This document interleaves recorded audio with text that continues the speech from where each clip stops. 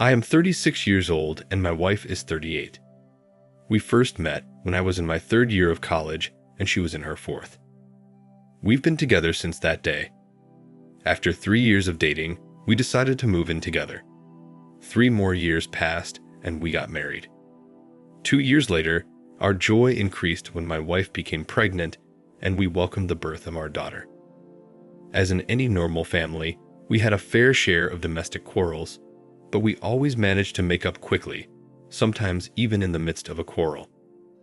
Overall, we were a classic family. After finishing my education, I started my career path by working hard to climb the corporate ladder. In the end, I earned enough to afford a spacious 4-room apartment.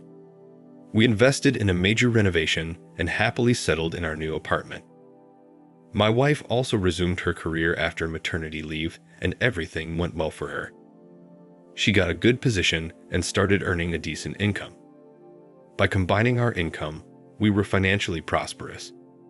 Over time, we acquired everything we needed: a new apartment for our growing daughter, expensive cars, and all the amenities that one could wish for.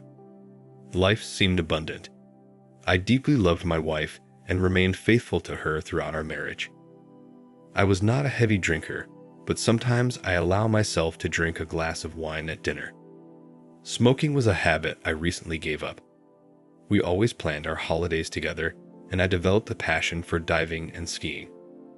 While my wife decided not to dive out of fear, she learned to ski. Our life revolved around work, earning money, and enjoying the fruits of our labor. My wife's work was connected with international business, which often required her to receive colleagues from abroad for negotiations. Gradually, I began to notice that her communication with these colleagues seemed to last longer than before. Although it seemed curious to me, at first I didn't pay much attention to it. Another notable change was that she started receiving Snapchat messages in the evenings. Strangely, whenever her foreign colleagues were around, these messages stopped coming. I checked her phone a couple of times after she fell asleep, but all the messages were deleted. I noticed that the last message was always around 7 p.m., despite the fact that the phone received notifications after she had already gone to bed. In the end, suspicion consumed me completely. One day, she came home late around 10 p.m., and I, foolishly, jokingly asked if she had said goodbye to her lover. The fear that flashed in her eyes was something I had never seen before. However, as soon as she realized that I was teasing her, she smiled and brushed it off, calling me a fool. Moreover, she sometimes went abroad to visit her colleagues and return. When my suspicions reached a peak, I couldn't take it anymore. I resorted to installing a spyware on her phone, which allowed me to control it remotely via SMS or from my personal account. This program could record the audio of the environment, take photos with the camera, and send all the data to my personal account. One day, she went on another business trip, and in the evening, I came home from work. I spent time with our daughter, helped her with her homework, and put her to bed by 10 p.m. As soon as she fell asleep, I gained access to the Spyware account and ordered it to record her phone's surrounding sound for 10 minutes. After a few minutes, a recording appeared on my account, and after listening to it, I heard my wife's voice in the room with a man. They spoke English, and I understood every word. They discussed the mundane aspects of life and laughed. I realized that they were alone in the room. Suddenly, I heard the clink of glasses in their laughter. At that moment, my heart started pounding wildly. I sent another command to record for an additional 20 minutes and take a picture of the environment. To my horror, the photo turned out to be a black square indicating that the phone was placed with the camera down. I quickly instructed the program to take a picture using the front camera. The resulting photo showed the phone lying on the bedside table in the room, a part of the headboard of the bed, and a wall lamp standing next to it. 15 minutes later, another recording appeared that made me shiver. I played the tape back and heard them laughing and talking again. I found myself in a state of disbelief and shock, as if my whole world was collapsing before my eyes. Stunned, I poured myself a drink and ordered the program to record for 4 hours, after which I drowned my sorrows in alcohol. The next morning, Thursday, I was completely shattered. Since it was time for my daughter to go to school, I told her that she was not required to attend classes that day. I notified my boss that I would take a couple of personal days until Monday. My wife was supposed to return on Sunday. Then I sat down and started listening to the 4-hour recording. However, I only managed to listen for 40 minutes because it was at that moment that I heard the unmistakable sounds of my wife's pleasure. The same sounds that I had known well for more than 13 years. It felt like a knife was stabbed into my heart, causing both emotional and physical pain. Stunned, I rushed to the bathroom and threw up, unable to figure out if it was from a hangover or from the current situation. I stood under an icy shower for 20 minutes, desperately looking for some relief. After that, I took her daughter to visit her grandparents, assuring her that I would explain everything later, and returned home alone.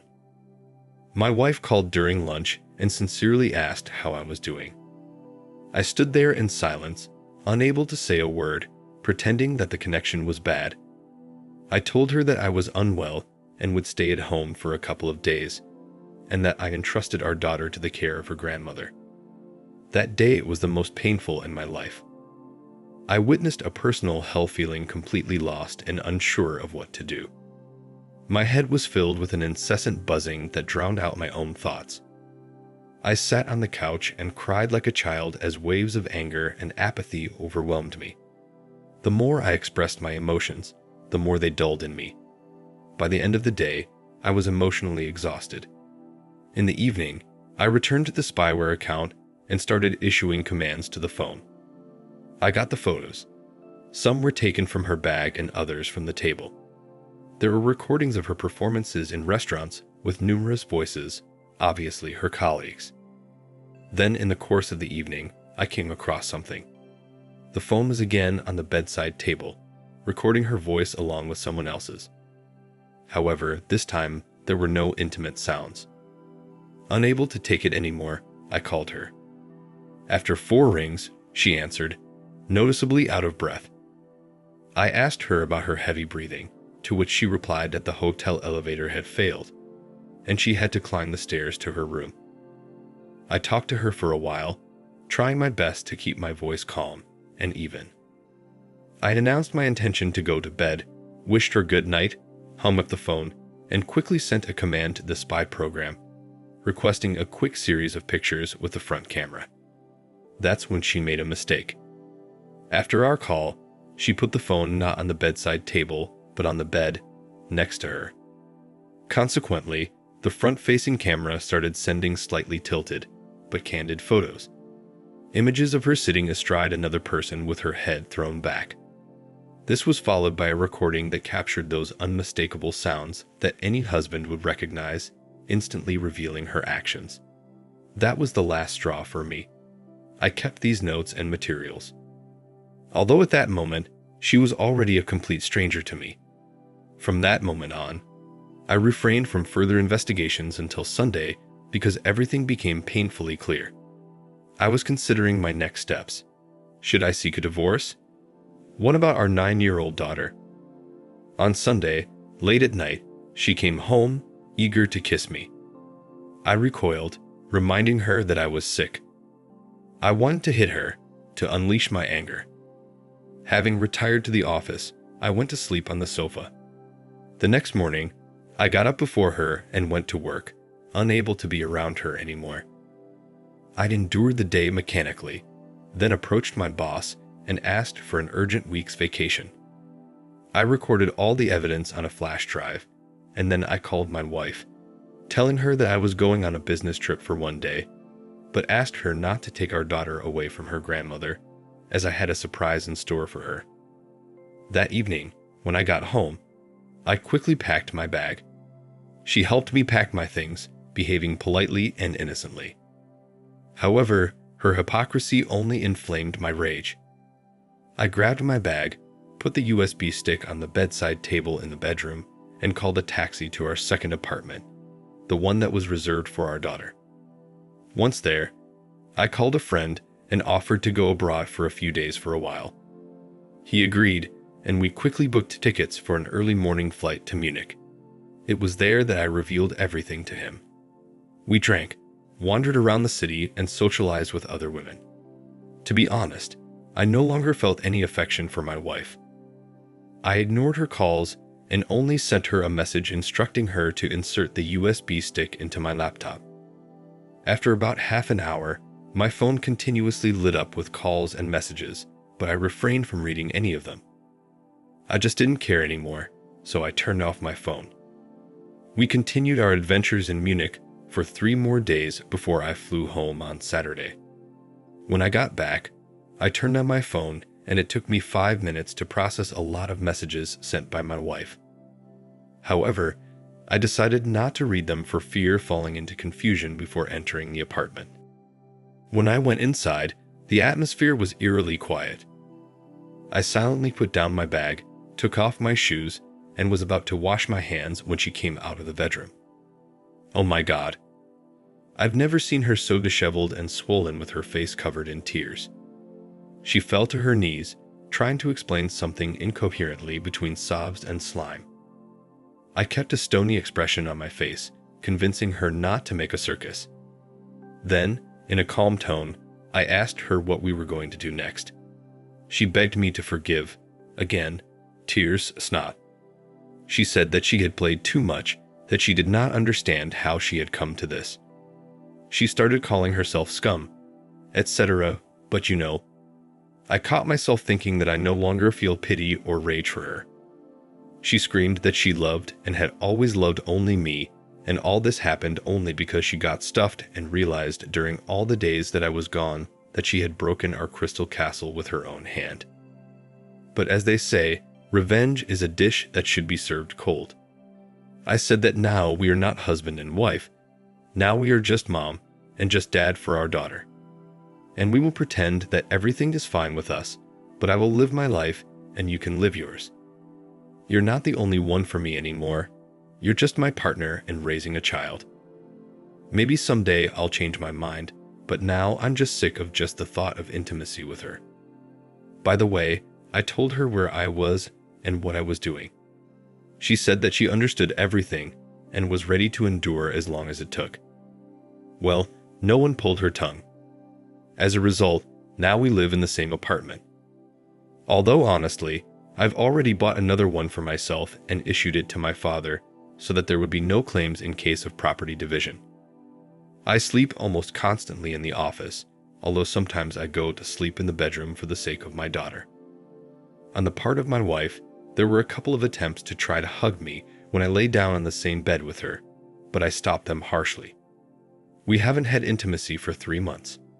She didn't tell her parents anything, only her father knows of mine. We agreed that once a year, we go on vacation as a family for a week, but now it would be separate beds. I'm constantly hanging out with friends and have new acquaintances among them. There are beautiful women.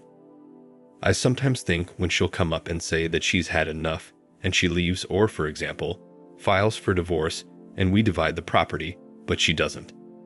I constantly catch her looking at me. You know, like the look of a shriek cat, but I honestly don't give a shit. Although I see that she is trying, but I revel in her pain.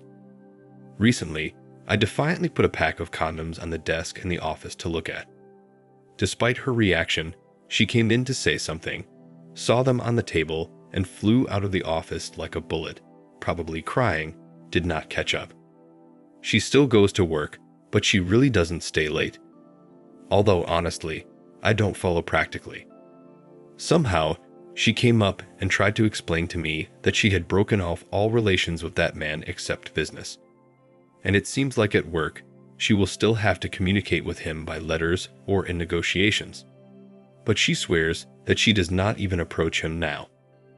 By the way, this freak also has a family.